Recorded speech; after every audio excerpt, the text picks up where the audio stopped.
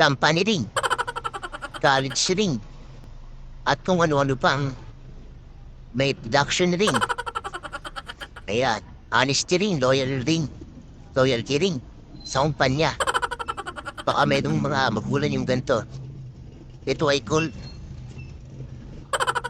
Kadalasan na ito 10K, 14K, meron ding 18K pero bibihira. Yan, gold to 10K.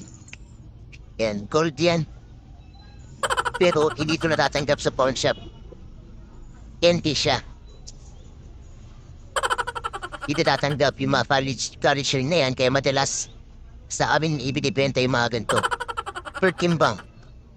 Pero sa iba, kasi pag hindi natanggap sa pawn shop, akala ng mga tao nagkasanla ay tanso siya. Kaya minsan, inuuwi na nila, hindi nila pinag-aaksaya ng panahon.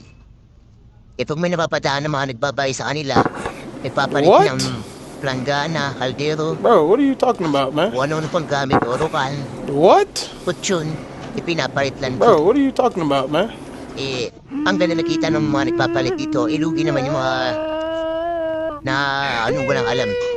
10K to kaya kung may ganito kayo. Oh my God! Ibenta nyo. Sabihin nyo sa magulang nyo, gold yan. Para hindi basayang.